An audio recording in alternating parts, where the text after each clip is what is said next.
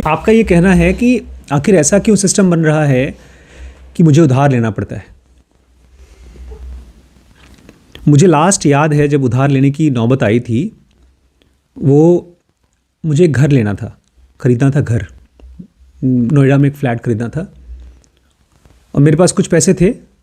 थोड़ा सा पैसा जोड़ करके अगर मैं ले लेता, करीब 40 लाख का घर था और मेरे पास करीब 6-7 लाख रुपए थे।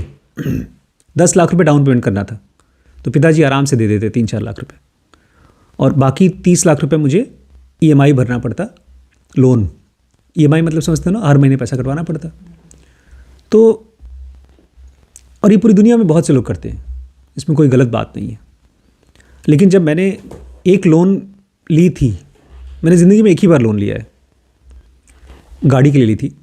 3 लाख की गाड़ी थी, 1 लाख पिताजी ने दिया था, 2 लाख रुपए लोन था, और मुझे हर महीने 4550 रुपये भरना था। कुछ 4-5 साल के लिए ऐसे भरना था। तो 2 महीने तो मैंने भर दिया, तीसरे महीने में भूल गया। मेरे पास पैसे थे, मैं भूल गया। और जब उनका फ़ोन आया वहाँ से कि सर आपका ये लोन नहीं भरा, तो आप प्लीज़ जल्दी भर दीजिए, नहीं तो आपकी गाड़ी उठवा ली जाएगी। मुझे बड़ा ख़राब लगा, कैसे कैसे उठवा लेंगे, गाड़ी मेरी है। तो मैंने कहा अच्छा ठीक है, भर देंगे, कल भर देंगे। फिर कल नहीं भरा, मैंने भूल गया फिर से। फिर फ़ोन आया गेट से, NTPC में रहता था मैं उस समय, कि यहाँ गेट पर आपसे मिलने कोई आया है। तो 2 लोग आ गए थे मोटरसाइकिल पर मेरी गाड़ी उठाने के लिए। मुझे बहुत बेइज्जती हुई उस समय। उन्होंने कहा सर हम गाड़ी ले जा रहे हैं, आप इसको पेमेंट करके उसके बाद हमारे बैंक से वहाँ से उठवा लीजिएगा, हमारे गोडाउन से।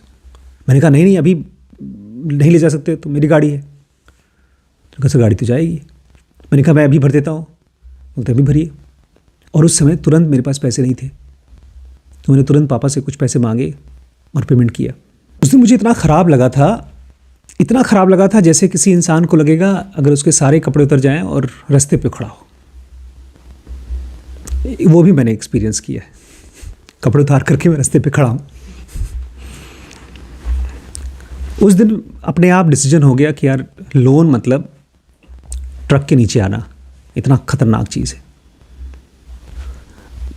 तो वो चीज़ थी ऑलमोस्ट 12-15 साल पहले की। ये जब ऑप्शन आया था घर खरीदने वाला, ये आया था करीब 10 साल पहले। लेकिन वो डिसीजन हो चुका था मेरी लाइफ का कि मैं ऐसी कोई कंडीशन में जाऊंगा ही नहीं जिसमें मुझे लोन लेना पड़े। वो घर मैंने छोड़ दिया। अच्छा घर था बहुत, अगर ले लेता तो किराए पर उठ जाता, 30-40 हज़ार रुपये महीना आता, लेकिन छोड़ दिया। लेकिन उसके बाद मुझे मालूम पड़ा एक गुड न्यूज़, जिन लोगों ने वो मकान लिया था ना, वो बिल्डर ने मकान बनाया नहीं, वो भाग गया। और जिन लोगों ने भी लोन लेकर मकान बनाया था, आपको लोन बिल्डर नहीं देता, बैंक देता है। तो बैंक को वो लोग अभी तक पैसा दे रहे हैं। आज 10 साल हो गया, अभी तक पैसा दे रहे हैं, और वो मकान बनाए नहीं, हमारे जान पहचान के ही।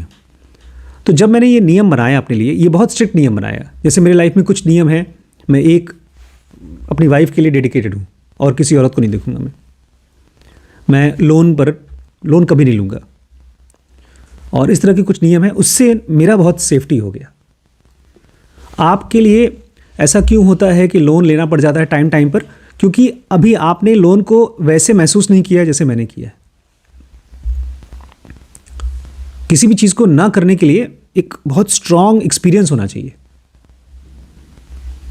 तो शायद एक्सपीरियंस की कमी हो, अभी भी आपको वैसी बेइज्जती महसूस नहीं हुई हो जैसा मुझे हुआ है। कुछ न कुछ ऐसा होगा तभी आपको, क्योंकि जो चीज़ें सब लोग करते हैं वो हम भी करते हैं। लोग सिगरेट पी रहे हैं, लोग गुटखा खा रहे हैं, दिखाते हैं ना, फिल्मों में दिखाते हैं कि जो गुटखा खाते हैं उनका मुंह में कैंसर हो जाता है। फिर भी गुटखा खाने वाले लोग छोड़ते नहीं हैं।